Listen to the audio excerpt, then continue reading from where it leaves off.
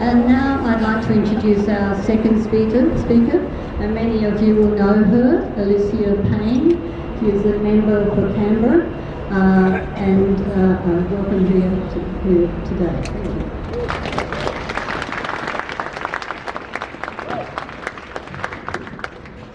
Thanks very much.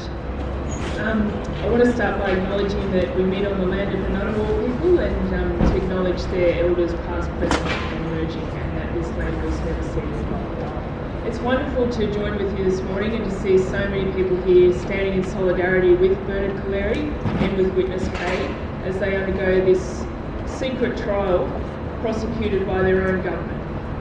In our name as citizens, but without an explanation, and it is not good enough. Well, this issue is in part about two people whose lives and livelihoods are being destroyed, who are being denied the basic fundamental rights of our justice system.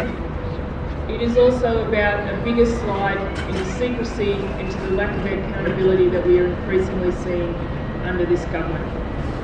And in that sense, it is a concern to all Australians.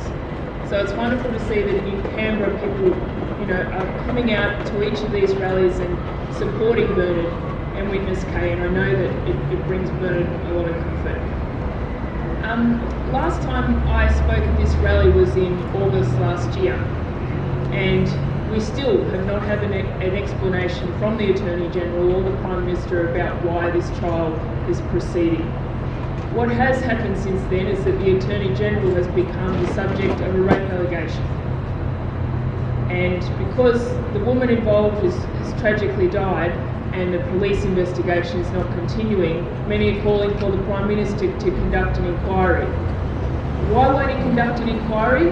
He's stating the rule of law as his reason. The rule of law has suddenly become incredibly important to the Attorney General and to the government.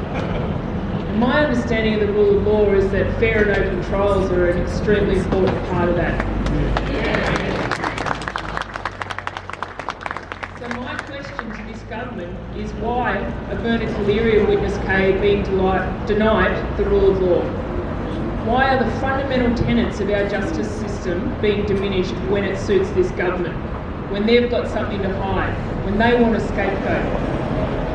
Now, our Shadow Attorney General, Mark Dreyfus, has been asking for briefings on this, but he is not getting any answers from this government.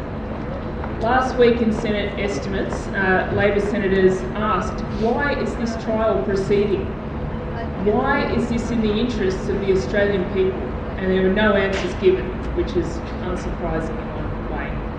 What we did uncover is that it has so far cost almost $4 million of taxpayers' money. Shame. Again, in our name and our money. And there's so much better things, of course, that they could use that for rather than destroying these men's lives because they stood up for what they think is right and told the truth. This is a government that hates accountability, that hates dissent, that hates to be questioned. And this is just one example of it. And I would say that it was nothing short of absolutely sickening over the last fortnight to sit in question time and see this Prime Minister fail to answer any questions around the Brittany Higgins allegations.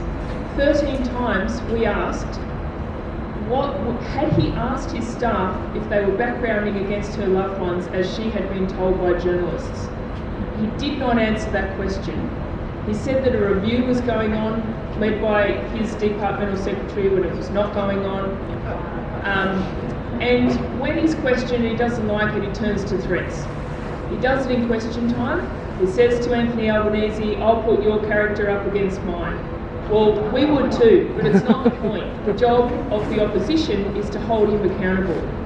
Similarly, when journalists questioned him, he said, well, watch out, you've got your own allegations. Now, not only was that allegation not actually happening, but he turns to threats when journalists question him. It is also their job to hold him accountable. And this is a real crisis of accountability. We really need to stand up and fight for our democracy. People like Witness K and Bernard Collaery were doing that, and it's great that we're here to support them, but we'll keep asking those questions.